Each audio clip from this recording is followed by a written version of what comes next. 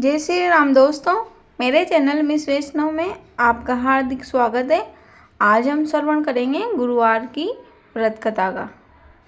गुरुवार को बृहस्पतिवार, वीरवार भी कहते हैं। इस दिन भगवान विष्णु का पूजन होता है।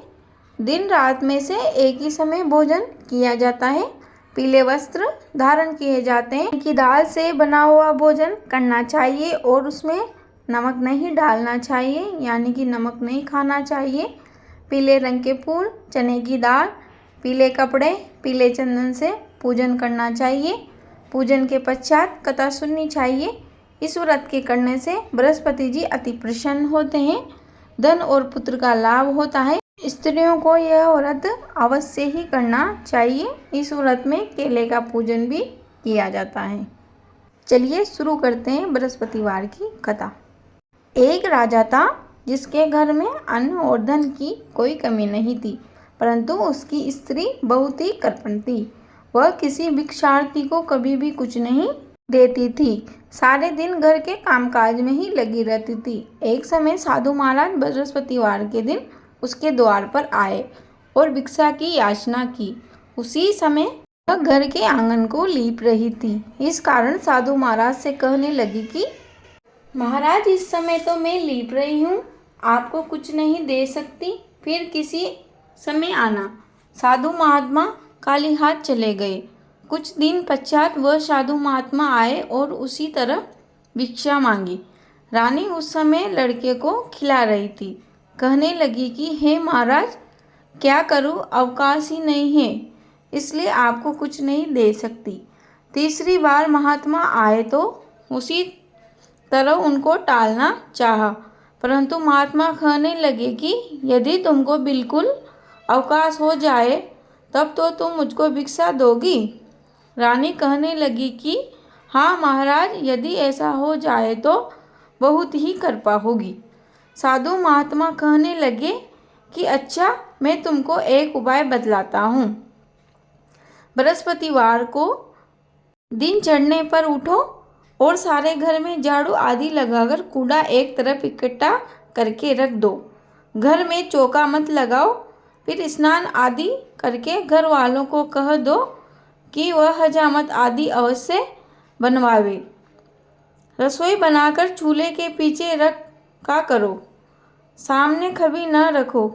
सायंकाल को बहुत अंधेरा होने के पश्चात दीपक जलाया करो तथा बृहस्पतिवार को पीले वस्त्र कभी मत धारण करो, न ही पीले रंग की चीज़ों का भोजन करो। यदि ऐसा करोगी तो तुमको घर का कोई भी काम नहीं करना पड़ेगा। रानी ने ऐसा ही किया। बृहस्पतिवार को खूब दिन चढ़ने पर उठी, झाड़ू आदि लगाकर कूड़े को घर के एक तरफ इकट्ठा कर दिया। पुरुषों ने भी हजामत आदि बनवाई। भोजन बनाने के पश्चात चूल्हे के पीछे रख दिया। उसके पश्चात वह सब बृहस्पतिवार को ऐसा ही करती रही। कुछ समय बाद उसके घर में खाने तक को दाना भी न रहा और भोजन के लिए दोनों समय तरसने लगे। राजा रानी से कहने लगा कि रानी, तुम यहाँ पर रहो, मैं दूसरे देश को जाऊँ, क्योंकि यहाँ पर मुझे सभी मनुष्य जानते हैं, इसलिए कोई कार्य भी नहीं कर सकता। देश चोरी परदेश भी बराबर है। ऐसा कहकर राजा परदेश चला गया। वहाँ जंगल में जाता और लकड़ी काट कर लाता और उसे शहर में बेचता। इस प्रकार जीवन व्यतीत करने लगा। राजा के घर रानी और दासी दुखी रहने लगी। किसी दिन भोजन मिलता और किसी दिन पानी पीकर रह जाती। एक बार रानी और दासी को 7 रोज बिना भोजन के व्यतीत हो गए तो रानी ने अपनी दासी से कहा, हे दासी, यहाँ पास के नगर में मेरी बहन रहती है। वह बड़ी धनवान है, इस कारण तू उसके पास जा और वहाँ से 5 शेर भेजर ला, जिससे कुछ समय के लिए गुजारा हो जाएगा। इस प्रकार रानी की आज्ञा मानकर दासी उसकी बहन के पास गई। रानी की बहन पूजा कर रही थी, क्योंकि उस रोज बृहस्पतिवार था। जब दासी ने रानी की बहन को देखा तो वह बोली, हे रानी, मुझे तुम्हारी बहन ने भेजा है, मेरे लिए 5 शेर भेजर दे दो। इस प्रकार दासी ने कई बार कहा, परंतु रानी ने कुछ उत्तर नहीं दिया, क्योंकि वह उस समय बृहस्पतिवार के व्रत की कथा सुन रही थी।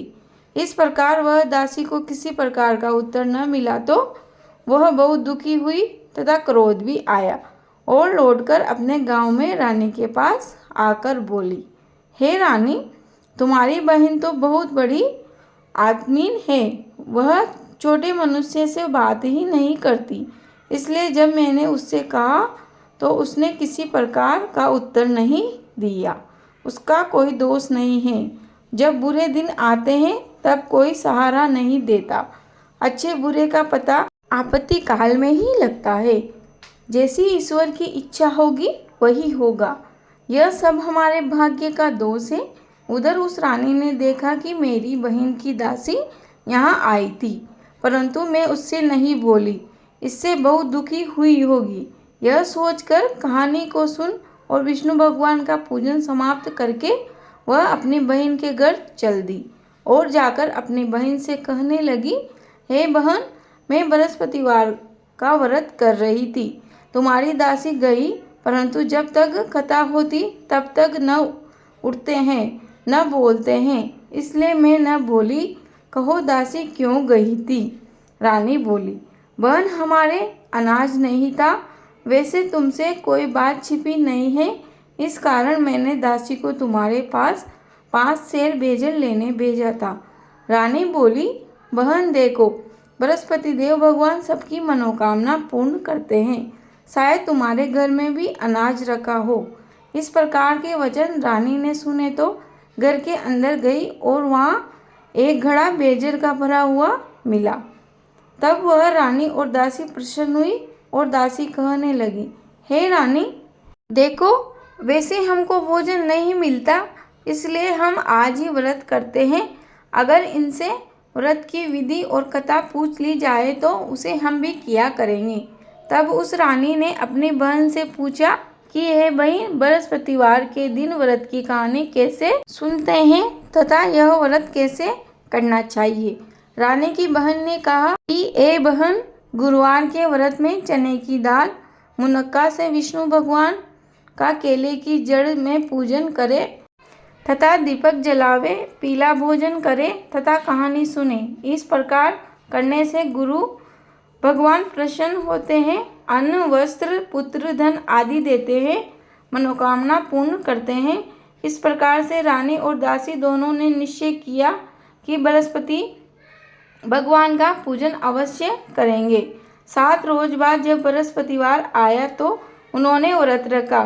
गुड़साल में जाकर चना गुड़ बीन लाई और उसकी दाल से केले की जड़ का और विष्णु भगवान का पूजन किया। अब पीला भोजन कहाँ से लाए? बिचारी बड़ी दुखी हुई, परंतु उन्होंने व्रत किया था, इस कारण गुरु भगवान प्रसन्न हुए और 2 थालों में सुंदर पीला भोजन लेकर आए। दासी को देकर बोले, हे दासी, यह तुम्हारे और रानी के लिए भोजन है, तुम दोनों करना। दासी भोजन पाकर बड़ी प्रसन्न हुई। रानी से बोली, भोजन कर लो। रानी को इस विषय में कुछ भी पता नहीं था, इसलिए वह बोली, अरे दासी, तू ही भोजन कर, क्यों हमारी व्यर्थ में हंसी उड़ाती है? दासी बोली, एक महात्मा भोजन दे गया है। रानी कहने लगी, वह भोजन तेरे लिए ही दे गया है, तू ही कर ले। दासी कहने लगी, वह महात्मा हम दोनों को 2 थालों में भोजन दे गया है, इसलिए हम और तुम दोनों ही साथ साथ भोजन करेंगी।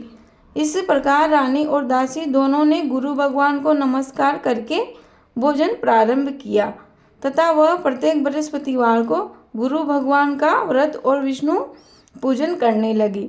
बृहस्पति भगवान की कृपा से फिर रानी और दासी के पास काफ़ी धन हो गया। रानी फिर उसी प्रकार आलस्य करने लगी।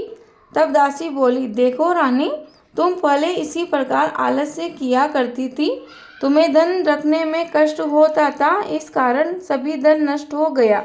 अब गुरु भगवान की कृपा से धन प्राप्त हुआ है तो फिर तुम्हें आलस्य होता है। बड़ी मुसीबतों के बाद यह धन पाया है, इसलिए हमें दान पुण्य करना चाहिए तथा भूखे मनुष्यों को भोजन कराओ। प्याऊ लगाओ, ब्राह्मणों को दान दो, कुआं, तालाब, बावड़ी आदि का निर्माण करवाओ, मंदिर, पाठशाला बनवाकर दान दो, कुंवारी कन्याओं का विवाह करवाओ, धन को शुभ कार्यों में खर्च करो, जिससे तुम्हारा यश फैलेगा तथा स्वर्ग प्राप्त होगा। रानी ने इस प्रकार के कर्म करने आरंभ किए तथा उसका यश फैलने लगा। रानी और दासी विचारने लगी कि न जाने राजा किस प्रकार से होंगे। उनकी कोई खबर नहीं मिली। गुरु भगवान से उन्होंने प्रार्थना की। तब भगवान ने रात्रि में राजा को स्वप्न में कहा, हे राजा, उठ उठ, तेरी रानी तुझे याद करती है, अपने देश को चलो। राजा प्रातःकाल उठा और विचार करने लगा, स्त्री जाति खाने व पहनने की संगिनी होती है, पर भगवान की आज्ञा मानकर वह अपने नगर के लिए चलने को तैयार हुआ। इससे पूर्व जब राजा परदेश चला गया तो प्रतिदिन जंगल में से लकड़ी बीनकर लाने लगा और उन्हें शहर में बेचने लगा। अपने दुखी जीवन को कठिनाइयों से व्यतीत करता था। एक दिन राजा दुखी होकर पुरानी बातों को याद करके रोने लगा। तब उस जंगल में से बृहस्पति भगवान एक साधु का रूप धारण करके आ गए और राजा के पास आकर बोले, हे लकड़हारे, तुम इस जंगल में किस चिंता में बैठे हो, मुझको बतलाओ।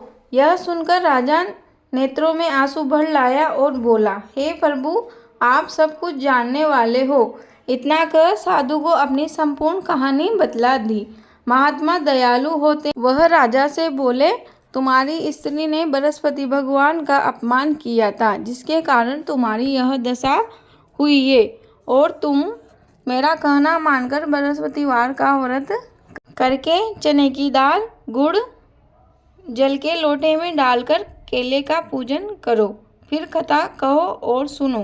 भगवान तेरी सब मनोकामनाओं को पूर्ण करेंगे। साधु को प्रसन्न देख राजा बोला, हे प्रभु, मुझे लकड़ी बेचकर इतना पैसा नहीं मिलता जिससे भोजन करने के पश्चात कुछ बचा सकूं। मैंने रात्रि में अपनी माँ को व्याकुल देखा है। मेरे पास कुछ भी नहीं है जिससे कम से कम उसकी खबर तो मंगा सकूं, और मैं कौन सी कहानी कहूँ यह मुझको मालूम नहीं। साधु ने कहा, हे राजा, तुम किसी प्रकार की चिंता मत करो। बृहस्पतिवार के दिन रोजाना की तरह लकड़ियाँ लेकर शहर जाओ। तुमको उस दिन रोज से 2 गुना धन प्राप्त होगा, जिससे तुम भली प्रकार भोजन कर लोगे तथा बृहस्पति देव की पूजा का सामान भी आ जाएगा। इतना कह साधु देवता वहाँ से लोप हो गई। धीरे धीरे समय व्यतीत होने पर बृहस्पतिवार का दिन आया। राजा जंगल से लकड़ी काटकर शहर बेचने गया। उसे उस दिन और दिन से अधिक पैसा मिला। राजा ने चना, गुड़ आदि लाकर बृहस्पतिवार का व्रत किया। उस दिन से उसकी सब कठिनाइयां दूर होने लगी। परंतु जब दोबारा बृहस्पतिवार का दिन आया तो वह राजा व्रत करना भूल गया। इस कारण बृहस्पति भगवान नाराज हो गए। उस दिन उस नगरी के राजा ने विशाल यज्ञ का आयोजन किया तथा शहर में यह घोषणा करा दी कि कोई भी मनुष्य अपने घर में भोजन न बनावे, समस्त जनता मेरे यहाँ भोजन करने आवे। इस आज्ञा को जो न मानेगा उसके लिए फांसी की सजा दी जाएगी। राजा की आज्ञा अनुसार शहर के सभी लोग भोजन करने गए, लेकिन लकड़हारा कुछ देर से पहुंचा, इसलिए राजा उसको भोजन करवाने अपने साथ महल ले गए और वहां ले जाकर भोजन करा रहे थे। इतने में रानी की दृष्टि खूंटी पर पड़ी, जिस पर उसका हार लटका हुआ था। वह वहां पर दिखाई नहीं दिया। रानी ने निश्चय किया कि मेरा हार इसने चुरा लिया है। उसी समय सेना बुलाकर उसे जेलखाने में डलवा दिया। जब राजा जेलखाने में पड़ गया तो दुखी हुआ और विचार करने लगा कि न जाने पूर्व जन्म के कर्म से मेरे लिए दुख प्राप्त हुआ है, और उसी साधु को याद करने लगा जो जंगल में मिला था। उसी समय बृहस्पति देव साधु के रूप में प्रकट हो गए और उसकी दशा को देखकर कहने लगे, अरे मूर्ख, तूने बृहस्पति देवता की कथा नहीं की, इस कारण तेरे लिए दुख प्राप्त हुआ है। अब चिंता मत कर। बृहस्पति के दिन जेलखाने के दरवाजे पर 4 पैसे पड़े मिलेंगे। उनसे तू बृहस्पतिवार का व्रत करना एवं पूजन करना जिससे तेरे सभी कष्ट दूर हो जाएंगे। बृहस्पतिवार के दिन 4 पैसे मिले। राजा ने कथा की तो उसी रात्रि को बृहस्पति देव ने उस नगर के राजा को स्वप्न में कहा, हे राजा, तुमने जिस आदमी को जेलखाने में बंद कर दिया है वह निर्दोष है, उसे छोड़ देना। रानी का हार उसी खूंटी पर लटका है। अगर तू ऐसा नहीं करेगा तो तेरे राज्य को मैं नष्ट कर दूंगा। इस प्रकार के रात्रि के स्वप्न को देखकर राजा प्रातःकाल उठा और उसने देखा कि हार खूंटी पर लटका हुआ है। यह देखकर उसने लकड़हारे को बुलाकर क्षमा मांगी और राजा ने उसे सुंदर वस्त्र आभूषण देकर विदा किया। राजा जब नगर के निकट पहुंचा तो उसे बड़ा ही आश्चर्य हुआ। नगर में पहले से अधिक बाग, तालाब और कुएं, बहुत सी धर्मशालाएं, मंदिर आदि बन गए हैं। राजा ने पूछा, यह किसका बाग और धर्मशाला है? तो नगर के लोग कहते हैं कि यह सब रानी और दासी के हैं। तो राजा को और भी आश्चर्य हुआ और गुस्सा भी आया। जब रानी ने यह खबर सुनी कि राजा आ रहे हैं तो उसने दासी से कहा, हे दासी, देख राजा हमको कितनी बुरी हालत में छोड़ गए थे। कहीं हमारी ऐसी हालत देखकर लौट न जाए, इसलिए तू दरवाजे पर खड़ी हो जा।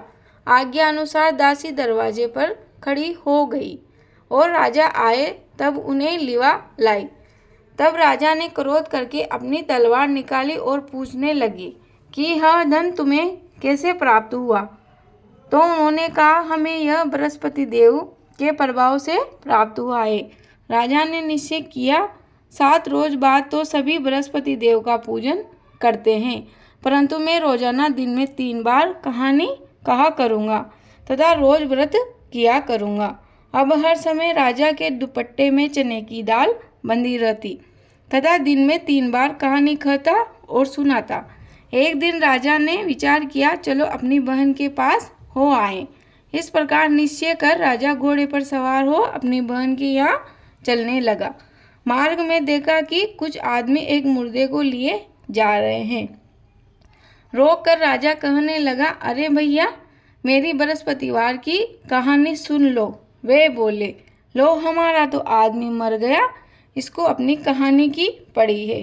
परंतु कुछ आदमी बोले, अच्छा कहो, हम तुम्हारी कहानी सुनेंगे।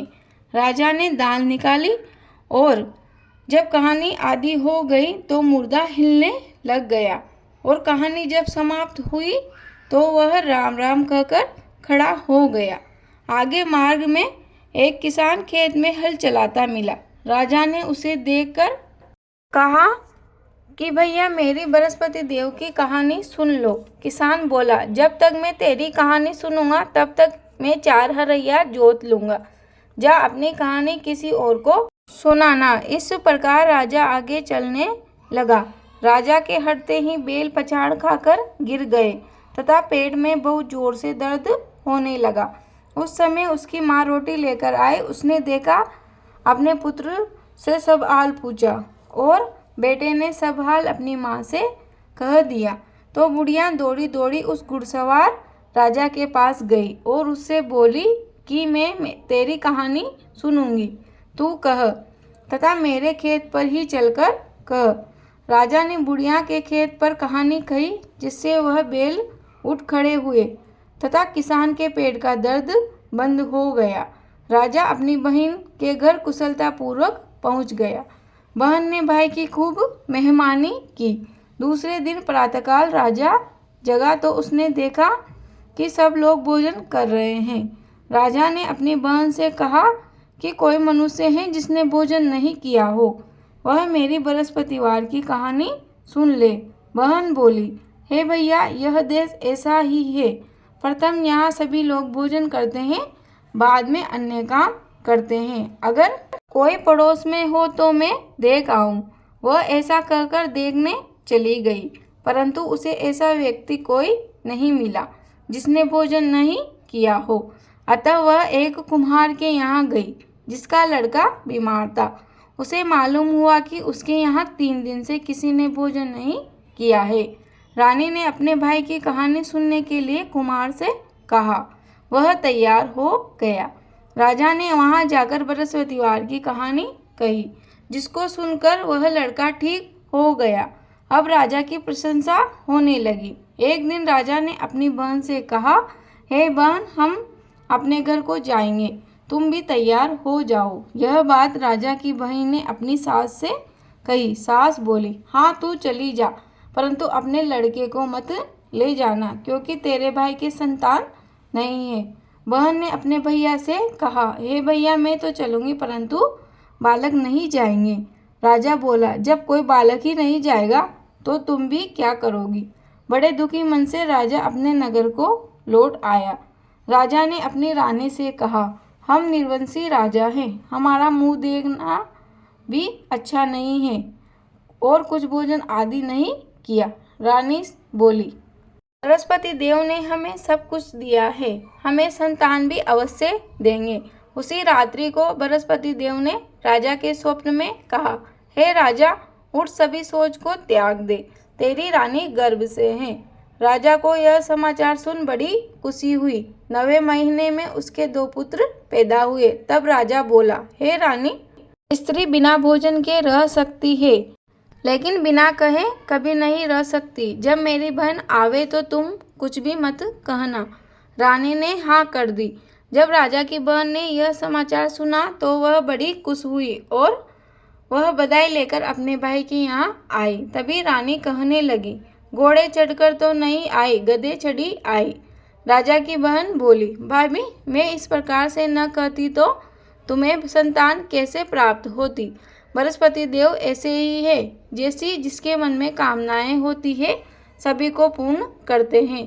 जो भावना से प्रेम पूर्वक बृहस्पतिवार का व्रत करता है तथा कथा पढ़ता है अथवा सुनता है तथा दूसरों को सुनाता है, बृहस्पति देव उसकी सब मनोकामनाएं पूर्ण करते हैं। बोलो बृहस्पति भगवान की जय, बोलो विष्णु भगवान की जय। यह कथा यहीं समाप्त होती है। दोस्तों, अगर आपको यह वीडियो उपयोगी लगी हो तो प्लीज़ वीडियो को लाइक करें, शेयर करें और कमेंट में जय श्री राम जरूर लिखें। मेरे चैनल मिस वैष्णव को एक सब्सक्राइब जरूर करें।